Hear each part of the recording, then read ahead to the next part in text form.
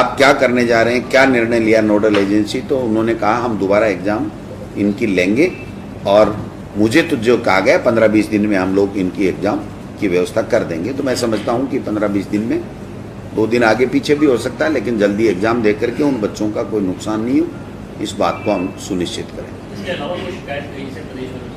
देखिए, जो आप सबने देखा होगा कि जहां जहां भी पुलिस की मुस्तैदी के साथ में, प्रशासन की मुस्तैदी के साथ में जो लोग गड़बड़ करते पाए गए, उन लोगों के खिलाफ कार्रवाई हुई है।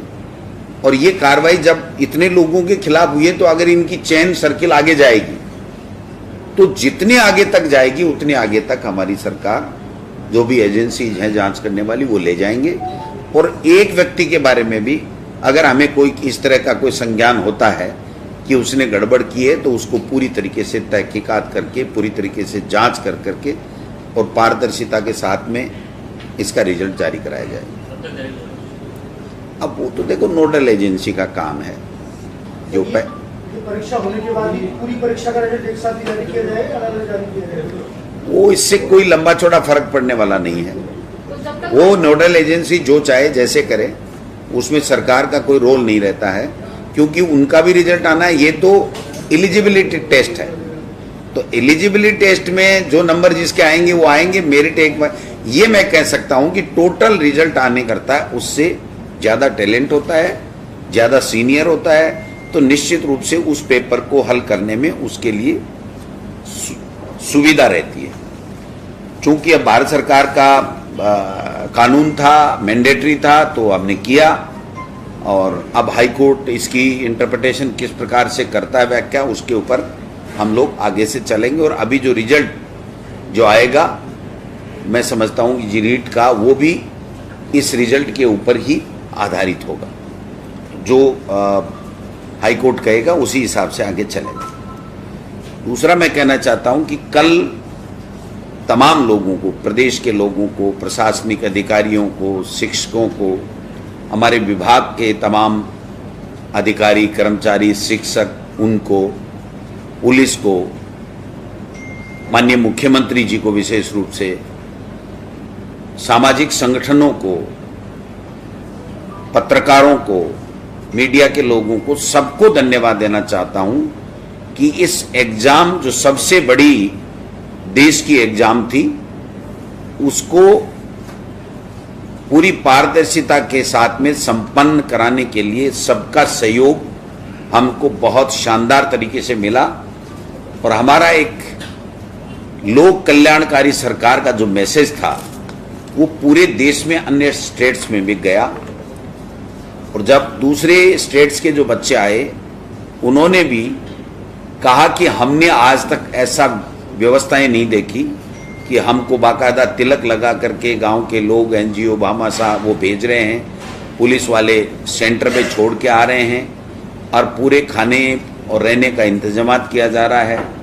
तो माननीय मुख्यमंत्री जी ने जब बजट घोषणा की थी कि हम राजस्थान रोडवेज की बसों में फ्री करेंगे, तो जब ये संज्ञान में आया कि ये बच्चे राजस्थान रोडवेज की बसों में नहीं जा पाएंगे, तो मुख्यमंत्री जी ने एक बैठक बुला करके ये घोषणा की कि हम लोग सबको फ्री करेंगे, प्राइवेट बसों का अधिग्रहण करेंगे और उसका पैसा सरकार देगी। तो इससे बढ़िया कोई निर्णय मैं समझता हूं हो नहीं सकता। इस परीक्षा को पारदर्शिता के साथ संपन्न कराने के लिए भी माननीय मुख्यमंत्री जी ने विभाग के प्रस्तावों को स्वीकार करते हुए जो कड़े फैसले और पूरे पुलिस प्रशासन को पूरी मुस्तैदी के साथ में लगाया, और जो लोग पाए जाएंगे उनको बर्खास्त किया जाएगा, और अंदर मोबाइल वगैरह नहीं ले जाया जाएगा, चाहे कोई कितना भी बड़ा अधिकारी हो वो नहीं ले जाएगा। तो इससे मैं समझता हूं कि राजस्थान की साख भी बढ़ी है। जिन बच्चों ने मेहनत की है उनको परिणाम भी मेहनत के मुताबिक मिलेंगे। एक सेंटर जो हमारा अलवर जिले का था, उसमें कुछ देरी से ट्रैफिक जाम होने की वजह से पेपर थोड़ा देरी से मिला, और फिर वहाँ के लड़कों ने वहाँ पर परीक्षा देने से इनकार कर दिया।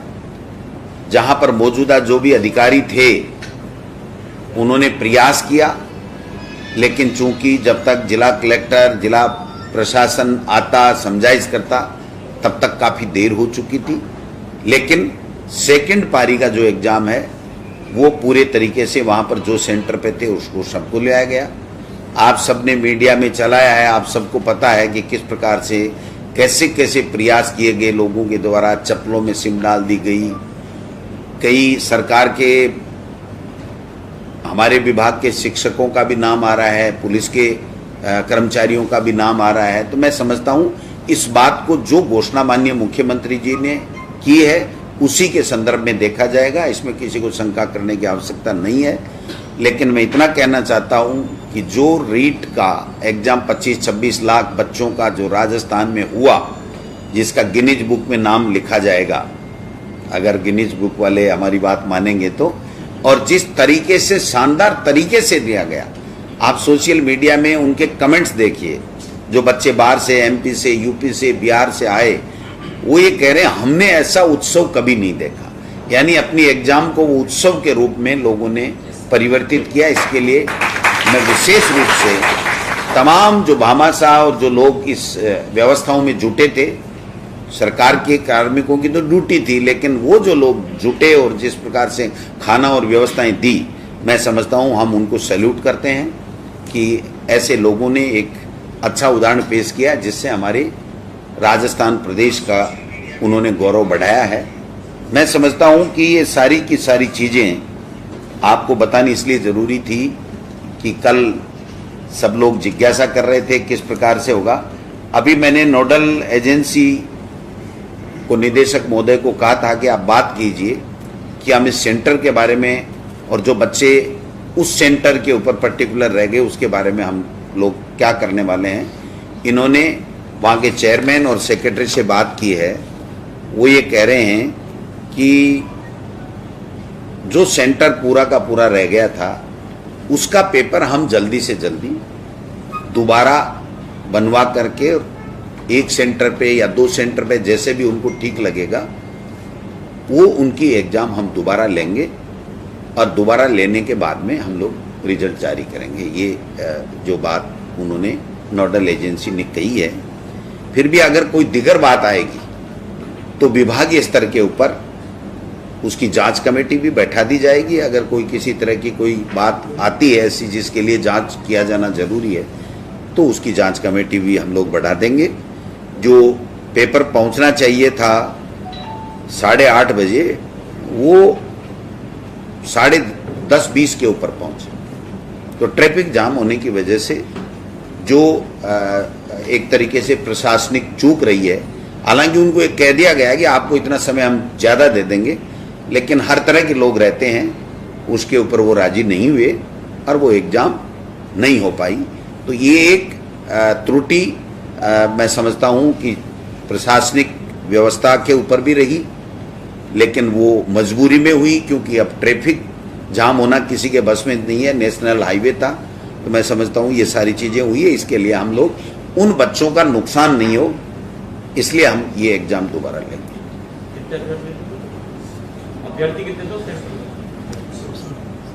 शायद 600 के लगभग थे। मैं क्योंकि नोडल एजेंसी अलग है तो हम इसमें ज़्यादा नहीं पढ़ते सरकार वाले, हम कहते हैं जो था। अभी मैंने पूछा कि आप क्या करने जा रहे हैं, क्या निर्णय लिया नोडल एजेंसी, तो उन्होंने कहा हम दोबारा एग्ज़ाम इनकी लेंगे और मुझे तो जो कहा गया 15-20 दिन में हम लोग इनकी एग्ज़ाम की व्यवस्था कर देंगे। तो मैं समझता हूँ कि 15-20 दिन में 2 दिन आगे पीछे भी हो सकता है, लेकिन जल्दी एग्ज़ाम दे करके उन बच्चों का कोई नुकसान नहीं हो, इस बात को हम सुनिश्चित करें। देखिए, जो आप सबने देखा होगा कि जहाँ जहाँ भी पुलिस की मुस्तैदी के साथ में, प्रशासन की मुस्तैदी के साथ में जो लोग गड़बड़ करते पाए गए, उन लोगों के खिलाफ कार्रवाई हुई है। और ये कार्रवाई जब इतने लोगों के खिलाफ हुई है तो अगर इनकी चेन सर्किल आगे जाएगी तो जितने आगे तक जाएगी उतने आगे तक हमारी सरकार, जो भी एजेंसीज हैं जांच करने वाली, वो ले जाएंगे।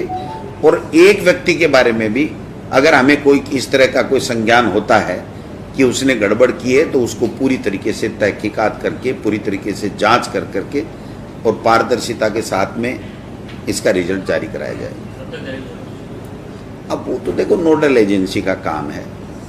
जो परीक्षा होने के बाद ही पूरी परीक्षा का रिजल्ट एक साथ ही जारी किया जाएगा, अलग अलग जारी किया जाएगा? वो इससे कोई लंबा चौड़ा फर्क पड़ने वाला नहीं है।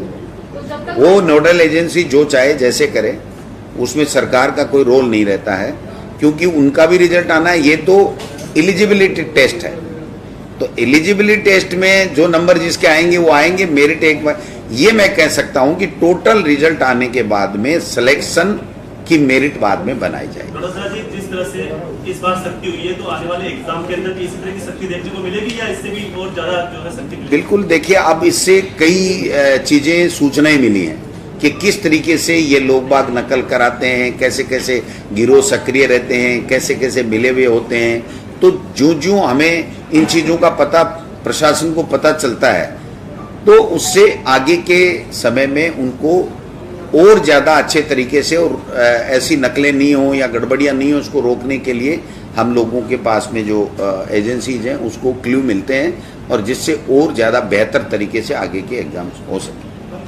अच्छी परीक्षा रही, सभी ये कह रहे हैं, लेकिन खासतौर से नकल गिरोह का आपने पकड़ा, लेकिन घर में जिन लोगों को सिक्योरिटी में लगाया था, शिक्षक ज्यादा पकड़ में आए हैं, पुलिस के कर्मचारी पकड़ में आए, तो ये भी एक सबक होगा अगली बार। देखिए, निश्चित रूप से हमें पता था कि सरकारी अधिकारी कर्मचारी अगर इसमें शामिल हो जाए तो उस जो मेहनत की है उस बच्चे के साथ में अन्याय होगा। इसीलिए इतना कड़ा फैसला हिंदुस्तान में किसी स्टेट में नहीं लिया गया कि सरकारी कार्मिक को बर्खास्त किया जाएगा, कभी कहीं नहीं लिया गया। सरकार की मंशा बहुत साफ और स्पष्ट है कि हम लोग ऐसे लोगों को कतई नहीं बख्शेंगे। जो लोग मेहनत करते हैं, जो बच्चे मेहनत करते हैं, उनको ईमानदारी से उनका रिजल्ट मिलना चाहिए। तो मैं समझता हूं कि जिन जिन कार्मिक पाए गए हैं, अब इतने बड़े अथाह समूह में 8 करोड़ लोगों में आप किसको क्या कैसे पहचान सकते हो? जब कोई चीज़ सामने आती है तभी ये चीज़ें होती हैं।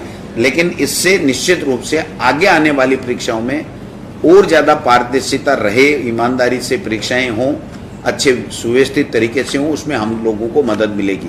क्योंकि ये लोग चिन्हित हो गए, अब चिन्हित हो गए तो ये तो हो ही गए, अब जांचें चलेंगी। जब जांचें चलेंगी तो इनके आगे तक कहाँ तक कनेक्शन है वो भी जाएगा। तो एक तरीके से इनके जड़ तक पहुंचने में सरकार को मदद मिलेगी। सर, एक सवाल है कि कल बहुत सारे सेंटर पे ये देखने को मिला कि सेकंड लैंग्वेज किसी ने पंजाबी भर रखी थी, किसी ने सिंधी भर रखी थी, वहाँ पेपर पहुँचा ही नहीं। और अनंतनाग में दूसरे सेंटर से जब पेपर मंगाया गया तो कोड अलग हो गए, समय काफी बर्बाद हो गया। तो क्या ऐसे विद्यार्थियों को राहत मिली? हमारे संज्ञान में ऐसी कोई चीज नहीं है।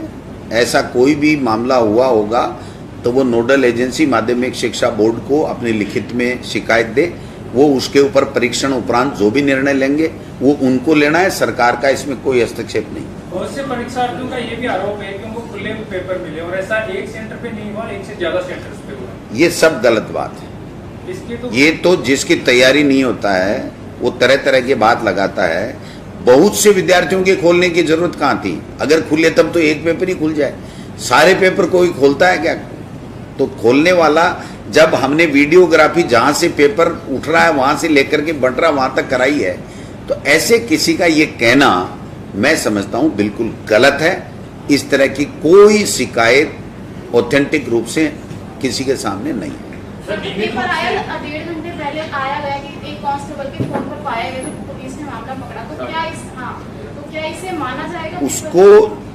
उसको तय तक जाएंगे कि कितने लोगों तक ये पेपर पहुंचा है, उन सब के खिलाफ कार्रवाई होगी। उनका इस रिजल्ट से कोई लेना देना नहीं रहेगा। अच्छा सर, जो हाई कोर्ट में अभी पेंडिंग है मामला आपका बीएड वाला, तो जब तक वो क्लियर नहीं होगा तब तक क्या रिजल्ट घोषित होगा या निश्चित रूप से देखिए, जो कोर्ट का आदेश को देखना पड़ेगा। जो मुझे मेरे संज्ञान में लाया गया है कि कोर्ट ने अभी इसको परिणाम के लिए बीएड वालों के परिणाम के लिए रोक रखा है। तो निश्चित रूप से कोर्ट का हम लोग प्रयास करेंगे कि जल्दी से जल्दी इसके ऊपर मेरिट के ऊपर जो भी डिसीजन कोर्ट करे जिससे हम लोग आगे बढ़ सकें। तो इसके लिए हम एजी साहब से आज मैं स्वयं भी बात करूंगा और विभागीय अधिकारियों को लगाएंगे कि हम जल्दी से जल्दी कोर्ट से इसमें जो भी निर्णय आए वो लें। सर, आपको लगता है कि जिस तरह से ये व्यवस्था हुई है, हर एक जिले में दूसरे जिले में जा रहे हैं, क्या हर एक जिले में अलग से इंडिविजुअल हो ताकि ये जो तैयारियां आप लोग बार बार आपको नहीं करनी पड़े, इंडिविजुअल हर एक जिले के एग्जाम?